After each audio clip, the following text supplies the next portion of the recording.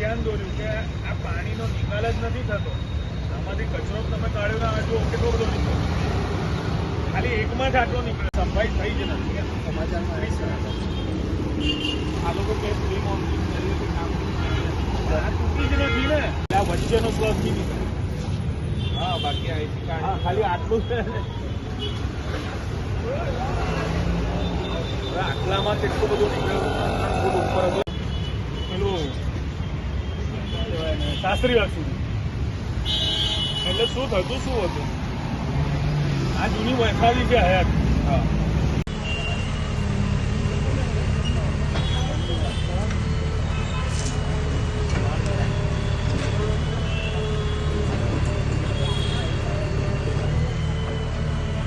બે બાંધો અને રોડથી પેલી બાજુ ખેંચો એટલે નીચે બધું સાફ થાય. નહીં તો પછી આ હજુ આ જે જળ કિચડ છે ને એને ફાયરનું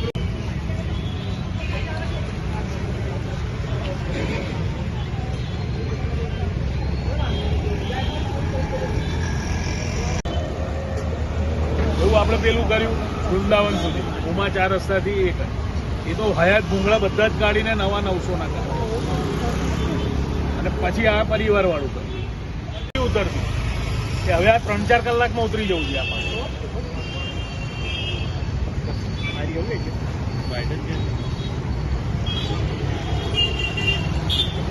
પાણીની આની વહન કરવાની જે કેપેસિટી છે જે 50% ઉપર ભરાઈ ગયો તો હવે આ તો પ્લસ શાસ્ત્રીબાગ સુધી છે. આ બધી સોસાયટીને ક્રોસિંગ આમ આપેલા. 20 તારીખ છે અને હિતેશ ગુપ્તા બી આમાં હાજર થવાના. ઓકે, તો એ દિવસે એના વકીલ જ હાજર થયા હતા. હા હવે આવી કેટલી પહેલા કર્યું હોત તો આ પાણી ભરાવાની સમસ્યા ના થઈ હોત.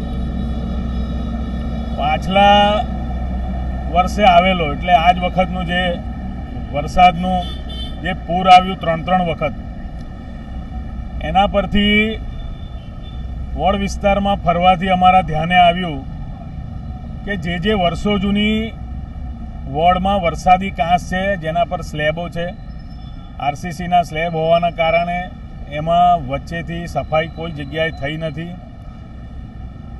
એના કારણે પાણીનો ભરાવો ખૂબ 24-48 કલાક સુધી પાણી ખસતું નહોતું.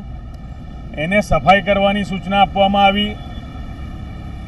આપ જોઈ શકો છો કે આ કલા દર્શનથી શાસ્ત્રીબાગ સુધીમાં લગભગ 30 વર્ષ જૂની વરસાદી કાંસને સ્લેબ તોડીને અંદરથી એક જગ્યાએથી જ 2-3 ટ્રેક્ટર ભરાય એટલો કિચડ સ્લજ નીકળ્યો છે.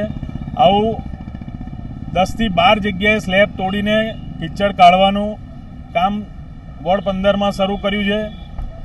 30 વર્ષ જૂની ઉમા 4 રસ્તાથી વૃંદાવન 4 રસ્તાની વરસાદી લાઈન ત્યાં પણ નવી પાઇપો નાખીને નીકળતા જે જૂના ભૂંગળા છે એને જોઈએ તો ભૂંગળામાંથી ટોટલી ભૂંગળાનું માટીથી મોઢું ભરાઈ ગયેલું એ રીતની વરસાદી કાંસની હાલત હતી. નવીન વરસાદી કાંસ પરિવાર 4 રસ્તાથી વૈકુંઠ સુધી, જે વૈકુંઠ સોસાયટીમાં વર્ષોથી પાણી ભરાવાની સમસ્યા રહે છે. હાઈવેથી આવતું પાણી પણ પહેલું વૈકુંઠ સોસાયટીમાં ભરાય છે. ત્યાં પણ મોટી 900ના ભૂંગળા નાખીને વરસાદી કાંસનું જોડાણ કર્યું છે.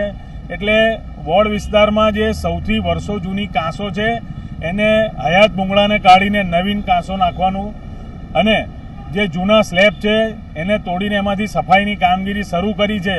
એટલે પાણીની કેપેસિટી વહન કરવાની વરસાદી કાંસની વધશે આનાથી અને વિસ્તારમાંથી ઝડપભેર વરસાદી પાણીનો નિકાલ થાય એ પ્રકારની આ કામગીરી શરૂ કરી છે. પ્રી મોન્સૂનની જે કામગીરી થાય છે કોન્ટ્રાક્ટર દ્વારા, એ માનો છો કે નથી થઈ રહી, ખાલી આ બતાવવા માટે જ હોય છે? જો આ કામગીરી થઈ હોત તો વોર્ડ વિસ્તારમાં ઘણા ઘરોમાં પાણી ઘૂસવાની સમસ્યા જે હતી, લોકોનો ઘર વખરી સામાન પલળી ગયો, એ ક્યાંક મહદ અંશે એમને રાહત મળી હોત. અને મેં ગયા વર્ષના પૂરથી સ્પષ્ટ ભાષામાં અધિકારી અને કમિશનરને સૂચના આપી છે કે હવે વડોદરા શહેરને પૂરથી બચાવવું હશે તો પ્રી મોન્સૂન શબ્દ કાઢી અને મોન્સૂન કામગીરી 12 માસ કરવી પડશે. વડોદરા શહેરની તમામ વર્ષો જૂની વરસાદી